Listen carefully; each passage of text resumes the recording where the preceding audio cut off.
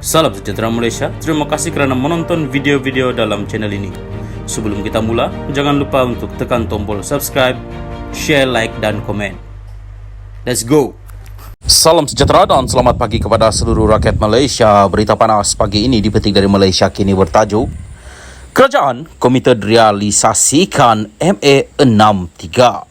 Berita penuh, Kerajaan perpaduan komited merealisasikan perkara yang dipersetujui dalam Perjanjian Malaysia 1963 MA63 demi menjaga kesejahteraan rakyat Sabah dan Sarawak, kata Timbalan Perdana Menteri Datuk Seri Fadillah Yusof.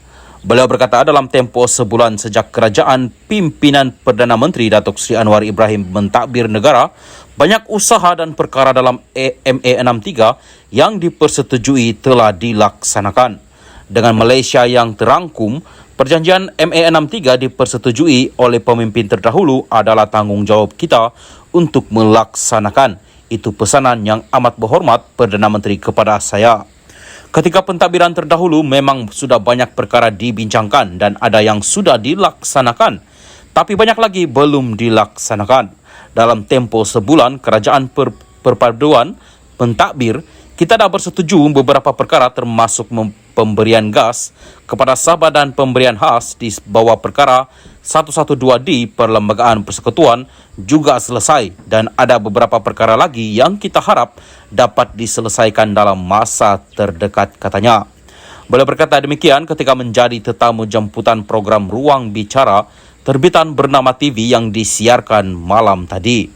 Selain itu, Fadillah berkata menerusi peningkatan peruntukan untuk Sabah dan Sarawak dalam belanjawan 2023 berbanding tahun lepas membuktikan komitmen dan kesungguhan kerajaan dalam meningkatkan taraf kebajikan rakyat dan pembangunan di kedua-dua negeri itu.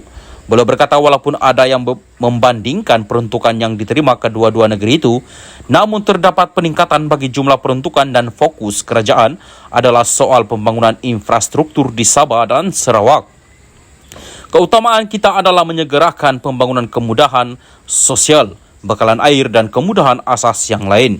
Yang penting ada komitmen dan penambahan peruntukan sudah berlaku.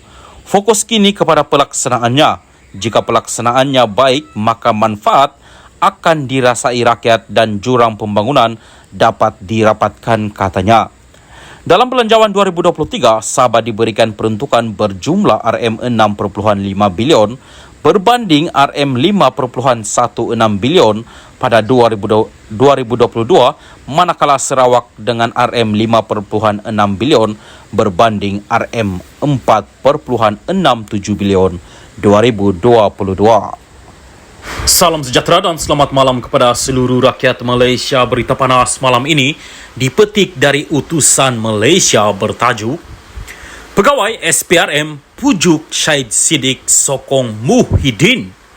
Berita penuh, Mahkamah Tinggi di sini hari ini diberitahu seorang pegawai Suruhanjaya Pencegahan Rasuah Malaysia memujuk Syed Siddiq Syed Abdul Rahman menyokong kepimpinan Tan Sri Muhyiddin Yassin bagi mengelakkan pendakwaan dikenakan terhadapnya.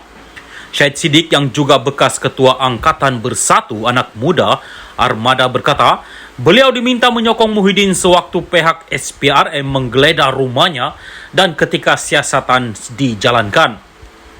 Meskipun tidak mempunyai isu pribadi dengan Muhyiddin yang ketika itu Perdana Menteri, beliau menyifatkan permintaan pegawai berkenaan bagi mengelakkan pendakwaan terhadapnya adalah salah. Beliau bersama saya hampir setiap hari ketika proses penggeledahan dan siasatan, namun adalah salah untuk meminta saya menyokong Muhyiddin bagi mengelakkan saya didakwa. Salah untuk beliau menyatakan bahawa SPRM menjadi alat politik ketika pertukaran kerajaan dan saya menjadi mangsa politik. Saya harap perkara ini akan diperbetulkan, ujar Syed Siddiq ketika membela diri terhadap 4 pertuduhan iaitu bersubahat, pecah amanah, salah guna harta dan pengubahan wang haram AMLA. Ahli Parlimen Muar itu selaku saksi pembelaan pertama menyatakan demikian pada pemeriksaan semula yang dikendalikan oleh Peguam Gobind Singh Dio semalam. Syed Siddiq menyatakan pendakwaan terhadapnya bermotifkan politik dendam, manakala beberapa sahabatnya diugut memberikan kenyataan mengikut kehendak SPRM ketika siasatan dijalankan. Ujar Syed Siddiq, ugutan tersebut terhenti apabila salah seorang rakannya bernama Hidayah membuat kenyataan media bahwa beliau diugut dan akan dikasari pegawai agensi itu ketika soal siasat manakala rakan lain membuat laporan polis. Beliau ketika itu diminta oleh Peguam Haijan Omar merujuk transkrip rekaman audio, dikatakan perbualan di antara beliau dan seorang pegawai kanan SPRM dikenali sebagai Ehsan.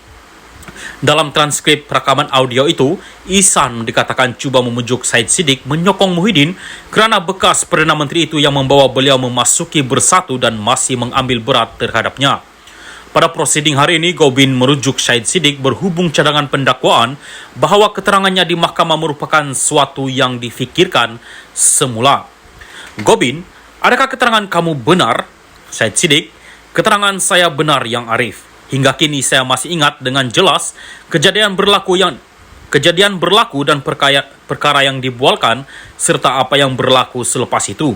Ini salah dan saya berharap musuh-musuh politik saya tidak akan melalui perkara yang sama. Ujar Syed Siddiq, ugutan tersebut terhenti. Bodoh. Alah, kenapa Ku tersentak satu misteri. Alah.